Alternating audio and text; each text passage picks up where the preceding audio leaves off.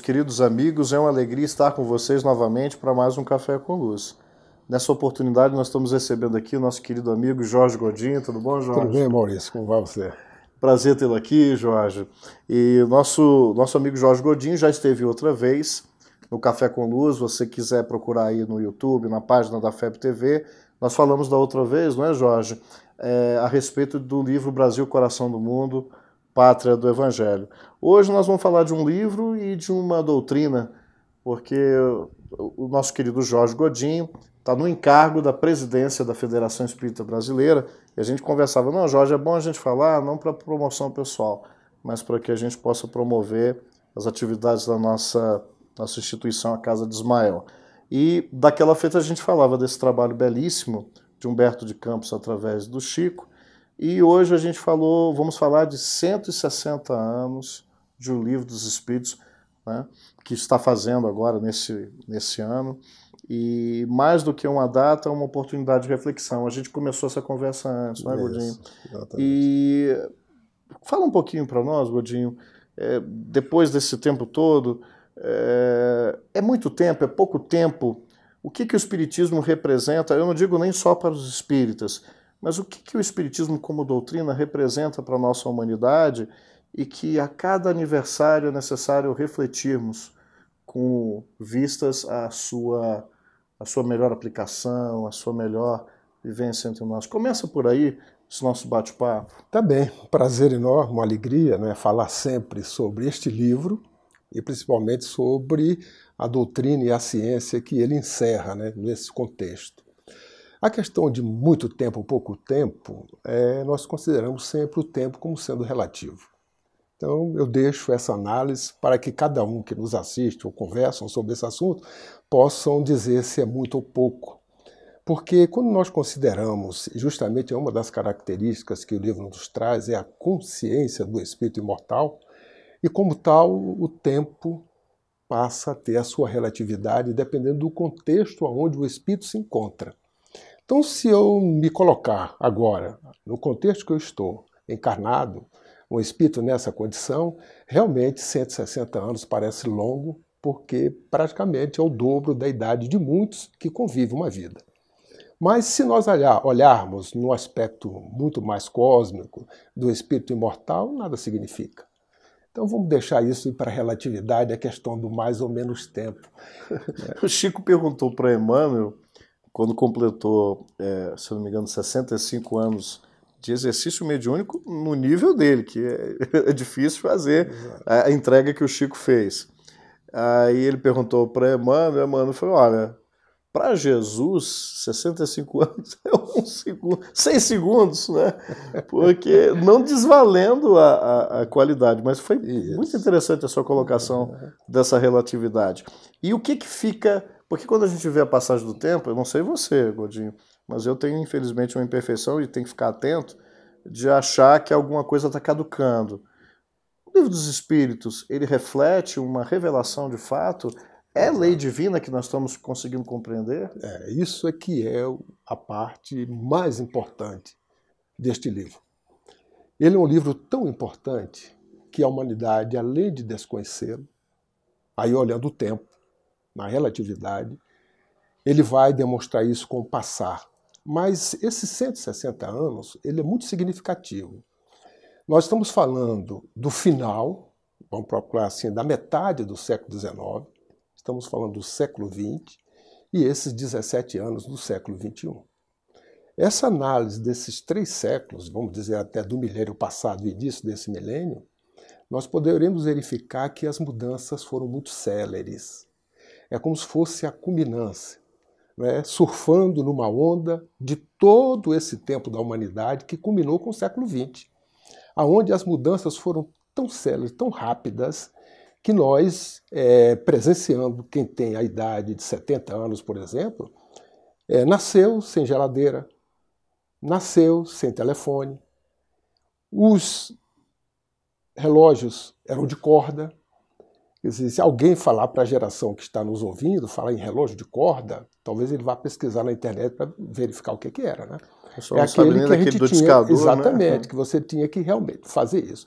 Mas isso foi tão rápido que foi o acúmulo de toda a parte científica e tecnológica que a humanidade acumulou, veio maturando e que nesse século explodiu. E isso trouxe mudanças comportamentais. Então vejamos que nós hoje não vivemos sem um telefone, sem a geladeira, né, sem o rádio, sem a televisão, sem a comunicação. Isso tudo surgiu quando? Justamente no século XIX, final dele, XX, estamos no XXI. Ora, em 1857, a doutrina espírita, ela, vamos dizer assim, surgiu porque foi a edição do Livro dos Espíritos. O trabalho que Kardec fez para justamente trazer à lume esta ciência nova, como ele chamou. E ele bem diz que a doutrina espírita, o espiritismo, é ao mesmo tempo uma ciência de observação e uma doutrina filosófica. Então já mudou o aspecto, porque você ter uma ciência que ao mesmo tempo ela é ciência e é uma doutrina filosófica, já traz uma mudança de paradigma. Como ciência de observação, no seu aspecto uma ciência prática, ela veio demonstrar à humanidade algo novo, porque as ciências até então, ela trata das leis que regem o princípio material. Você vai ao laboratório, né, de acordo com a pesquisa que você esteja fazendo, o ângulo de observação, acontece um fenômeno aqui, numa condição normal de temperatura e pressão. Se você mudar de lugar, essas condições normais de temperatura e pressão acontecer, vai o fenômeno da mesma forma. Porque você está tratando com matéria, com algo que ela se comporta desde que aquelas condições estejam da mesma maneira. E da possibilidade de nós termos a ferir os nossos sentidos. Ferir os nossos sentidos. Só que existe um outro princípio que a ciência não havia trazido. Mas aí é que está. Então, por isso que ele chamou de uma ciência nova, porque no seu aspecto prático, esta ciência, ela trata da relação entre nós e os espíritos, entre o plano material e o plano espiritual. Então, opa, você está diante de uma coisa nova. E como doutrina filosófica, ela trata justamente, consiste das consequências morais dessas relações. Então você tem aí, vamos colocar assim, um elemento novo. Porque antes você tratava em laboratório da matéria, fazendo com que ela acontecesse nas condições normais de temperatura e pressão. Aqui você está tratando de algo novo, espírito. Por quê? Ela, como ciência de observação, ela está tratando da relação dos espíritos em ambos os planos da vida, seja o material ou o espiritual. E, ao mesmo tempo, como doutrina filosófica, ela está tratando das consequências morais da relação entre os espíritos. Em síntese, você está tratando do espírito. É a ciência do espírito mesmo. Aí você vê uma revelação. Então esse é um ponto, né? Daí o codificador, na sua sabedoria e com o seu bom senso, né, o seu discernimento, ele estruturou o Livro dos Espíritos raciocinando desta forma. Porque quando você procura analisar o Livro dos Espíritos, você observa que ele tem uma estrutura, ele tem uma maneira como ele assim colocou, distribuiu. Esse é o grande papel dele. Como ele bem distingue, foi o trabalho que ele fez. Ele coloca aí as 4 partes, né? Isso. E é interessante você colocar isso, porque até então não é que não se tinha notícia ou não era de domínio de maneira esparsa aquilo que estava fragmentário no conhecimento, a realidade espiritual. Exatamente. Só que até a chegada da codificação, a percepção olhando ao longo da história é que isso sempre foi colocado de forma muito nebulosa, muito misturada. Eu diria não nebulosa como sobrenatural, porque se achava que isso não era natural. Era uma coisa sobrenatural, porque sempre existiu na humanidade. Isso faz parte de nós, e a humanidade somos nós.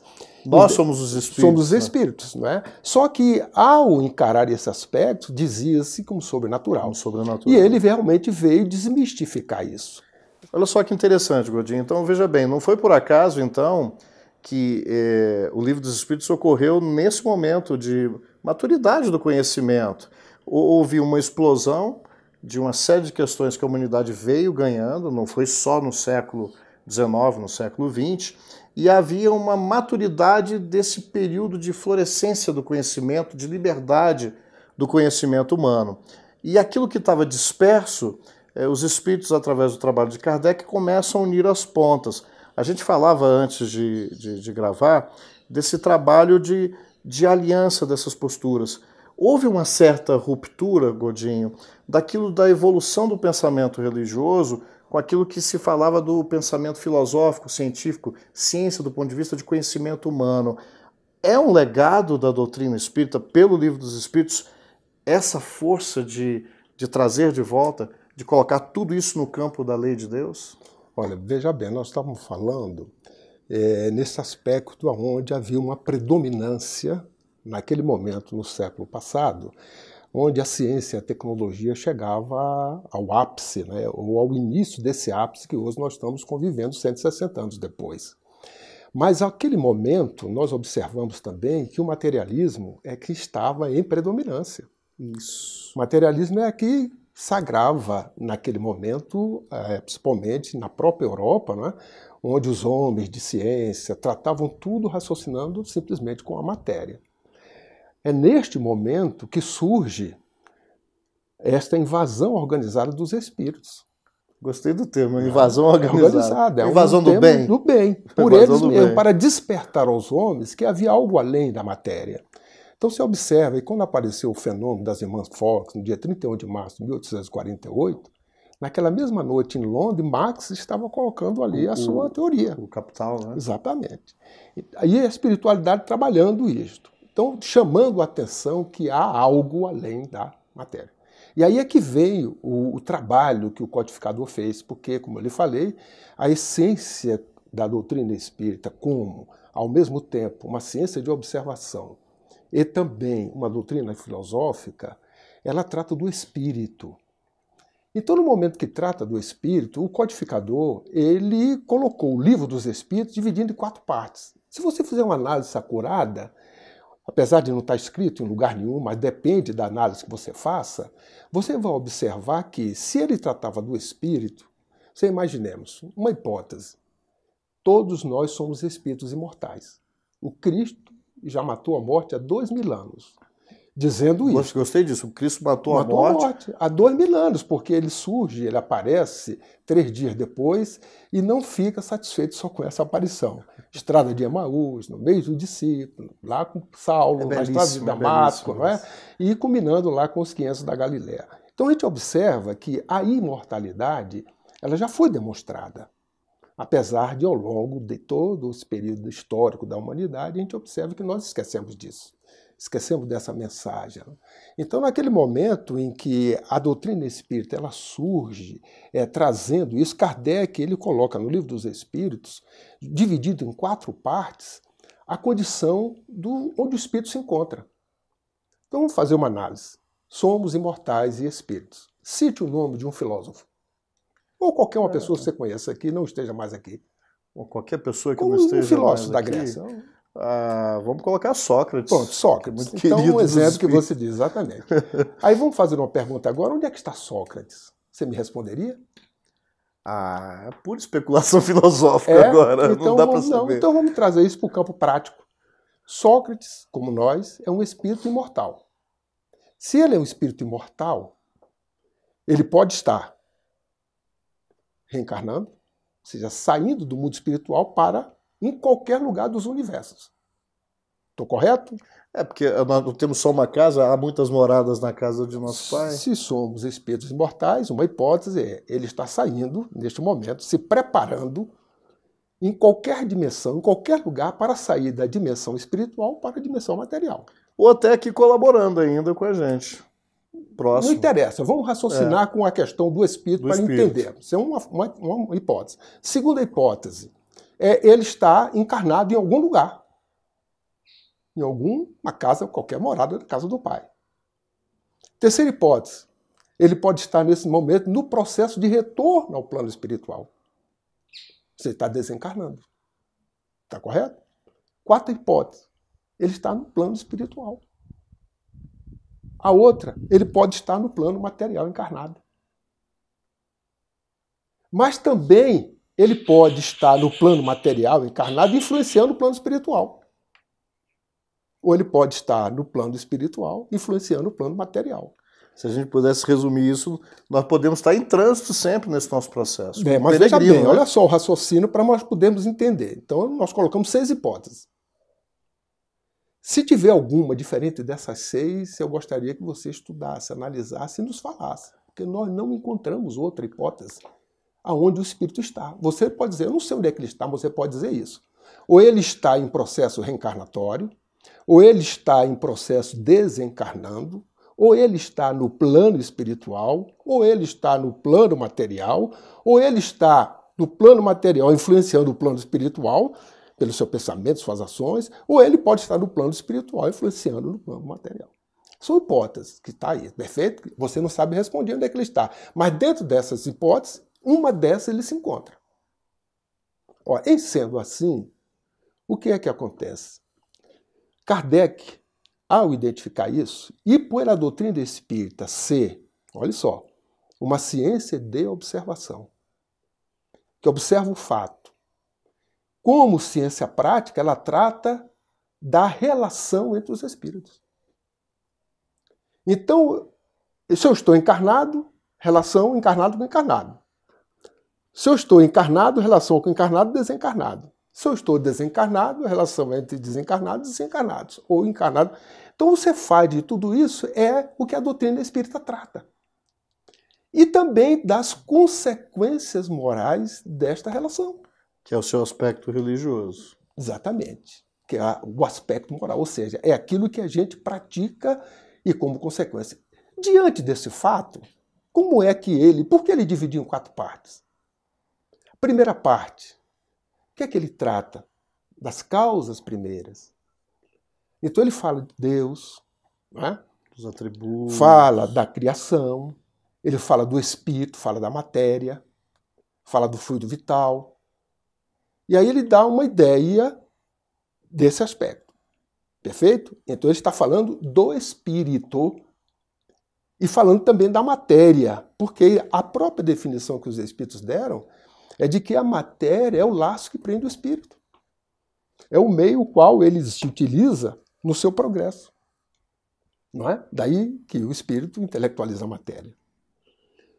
Quando você pega a segunda parte, trata do plano espiritual, do mundo espírito ou do mundo espiritual. Então essa primeira parte, essa segunda parte, ele está tratando justamente desses estados onde o espírito se encontra. Dessas instâncias de atuação. Porque você encontra na segunda parte, você vai ver ele falando ali sobre reencarnação, que é um processo que ele está falando do retorno, falando da emancipação da alma, do intercâmbio, falando da pluralidade dos mundos habitados. Então você verifica que essas 2 partes, ele está justamente falando da relação que existe entre os espíritos num plano e no outro. Aonde ali os espíritos imortais trazem, dizendo que no universo tem 2 princípios, o material e o espiritual. E acima de tudo o Criador, que é Deus. Então neste momento, você já começa a ter uma visão diferente. Quando ele pega a terceira parte e a quarta parte, você observa, a terceira parte são as leis morais, colocando-as para que nós possamos entender. E nessas leis morais, nós vamos observar ali que aqui sobrepuja todas elas é a lei de justiça, a lei de amor e a lei de caridade. Mas você tem a lei de destruição, você tem a lei do progresso, né? E você vai, conservação, onde ele numera em número de 11 leis ali. E nessa parte é que ele consagra a doutrina de amor do Cristo, o Cristo como a base desse edifício moral. E quando ele pega a quarta parte, ele trata de quê? Esperanças e consolações. Mas o que quer dizer isso? Quer dizer o seguinte, a forma como o Espírito, ao utilizar essas leis morais, como ele a utiliza. Se ele utiliza ou não utiliza ela de maneira correta ou não a utiliza. E as consequências estão lá justamente nessa outra parte. Então você observa que ele colocou dentro do seu bom senso uma linha de raciocínio para trazer uma ciência nova tratando do espírito. Daí que ele fala, que você estava dizendo, a aliança da ciência com a religião. Não a religião no sentido conhecido pelos homens, que ao longo do tempo teve até intenções até deterioradas. Mas na realidade ele está falando da verdadeira religião, aquela que a criatura se religa ao Pai, ao Criador. No templo interno, no templo espiritual. No templo espiritual. Podemos dizer hoje é fácil, nós todos estamos conectados com o Pai. É bonito porque ele transcende as expressões culturais legítimas das religiões. Isso. E traz para a gente esse conceito que, mesmo com esse legado, às vezes a gente escorrega, não é, Godinho? Escorrega. Em relação ao que é o verdadeiro culto a ser prestado, né? Exatamente. A função da religião. Talvez seja por isso que Kardec não utilizou diretamente essa palavra da religião de forma expressa na codificação, porque ela tinha, infelizmente, o ranço negativo daquilo que era rejeitado na época de Kardec, não era? Exatamente. Não só não isso... sei, estou abusando aqui correto, da interpretação. Está correto, porque ao longo a história demonstra a questão das religiões. Você vê o próprio Cristo. Qual a religião que o Cristo deixou? Pois é. O amor. Ele não deixou religião nenhuma. Então as religiões, na realidade, nós é que criamos elas, perfeito? Com as suas denominações.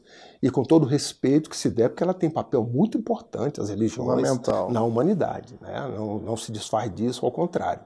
Mas no aspecto que Kardec traz sobre a questão religiosa, ele está falando a religar a criatura ao Criador, através do seu próprio sentimento, do seu próprio pensamento, onde ele tem condições de conectar-se com o Pai diretamente. Não precisa de intermediário, ele pode fazer isto. Porque a verdadeira religião que ele deixou foi a lei maior, é a lei do amor. A lei do amor. Godinho... Tanto que ele encerra, você vê o Cristo, ele encerra todas as leis, todos os profetas, um amar a Deus sobre todas as coisas. Reúne, né?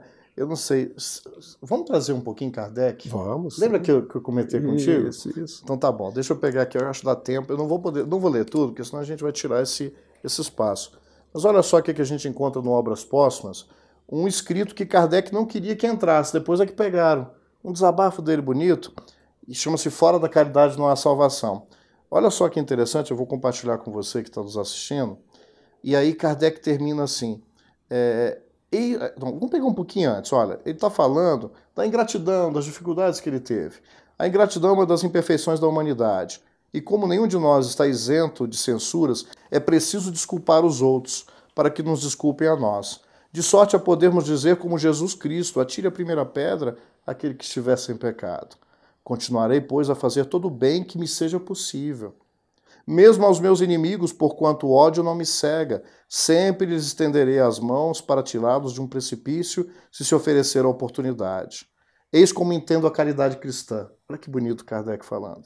Compreendo uma religião que nos prescreve retribuamos o mal com o bem, e com mais forte razão que retribuamos o bem com o bem. Nunca, entretanto, compreenderia a que nos prescrevesse que paguemos o mal com o mal. Esse é o codificador, Godinho. Veja a palavra que ele usou antes. Uma religião. Praticar o bem. Praticar o bem. Fantástico. Né? Então você veja que, na realidade, nós estamos diante de um momento em que esses 160 anos que a doutrina espírita, através do livro do Espírito, está trazendo, que ainda não é reconhecido, é porque isso não é propriedade dos espíritas. Isso. Veja o nome do livro. Livro dos Espíritos. Espíritos somos todos nós, criaturas, filhos do mesmo Pai. O que contém o livro dos Espíritos são leis universais. É patrimônio da humanidade. Da humanidade, independente se eu tenho religião A, religião B, etc. São leis naturais que estão aí para serem conhecidas e praticadas por nós, os espíritos, esteja em qualquer estado. Encarnado, desencarnado, nascendo, voltando ao plano espiritual, interferindo de um lado do outro, não interessa. Mas são leis que estão aí, que é um patrimônio da humanidade, que a humanidade precisa conhecer isto. Por quê? Porque se você fala em imortalidade, o interessante é que uma coisa, se nós fizermos uma análise um pouquinho mais acurada, refletir um pouco, todas as religiões admitem a imortalidade. Todas. Não há uma que não admita a imortalidade do espírito. A diferença é de que diz assim, olha, depois da morte, eu digo que é assim, o outro diz que é assado. As diferenças é explicar como é a vida após. Mas todas admitem. Porque se não admitissem, não tinham nos seus credos, nos seus atos, aquilo que fazem. Se eu fico dormindo, aguardando o juízo, se eu vou para um céu, para o inferno, purgatório, limbo, qualquer coisa. Olha, se eu vou, é sinal que eu estou vivo. Se eu estou dormindo, é porque eu estou vivo. Então, assim, você fez um apanhado. Eu sei que isso aqui é uma conversa, é rápido, dessa estrutura. Então, esse livro, a minha edição antiga, toda marcada aqui, né? Então, isso aqui é a base, ou seja, todos os outros livros da codificação, mesmo complementares, o Livro dos Espíritos, ele encaixa toda a proposta do Espiritismo como uma grande pedra fundamental. Outra coisa que a gente destaca, Rafa, tem um minutinho, vamos destacar o seguinte, já que isso é patrimônio da humanidade, qual a responsabilidade nossa, deixe esse recado final para os nossos telespectadores, daqueles que abraçaram o Espiritismo, que são espíritas? Qual é o papel deles em função desse legado? Um minutinho para a gente finalizar. Então eu agradeço para encerrar dizendo o seguinte, a função filosófica da doutrina espírita é justamente o aperfeiçoamento moral do seu adepto, da criatura. Então no momento em que você conhece o Cristo e nos dias de hoje você entende a sua mensagem, sendo trazida à luz da ciência, da filosofia, dos aspectos ético-morais, onde isso é desvelado e amplia, cumprindo aquilo que ele falou, que mandaria um consolador que explicaria todas essas coisas, você nesse momento, você se sente, porque a doutrina espírita, esse conhecimento, ele não é exógeno, ele é interno. Então, na hora que você conhece essas verdades, como o Cristo falou que liberta, é de responsabilidade sua tornar-se melhor. Quando você se torna melhor, você está divulgando. Porque, naturalmente, você no dia seguinte ou no momento seguinte, você já não é o mesmo do anterior. Porque você está praticando leis divinas que lhe fazem melhor. E assim você vai se tornando um homem de bem. Para que exemplo melhor do que esse ou propagação melhor do que essa? Bom, eu vou ter que interromper e agradecer imensamente. Eu que agradeço a você a oportunidade. Fiquemos, então, com o exemplo do Cristo e com a sua conduta como referencial para todos nós. Um beijo no coração de todos. Até o próximo Café com Luz.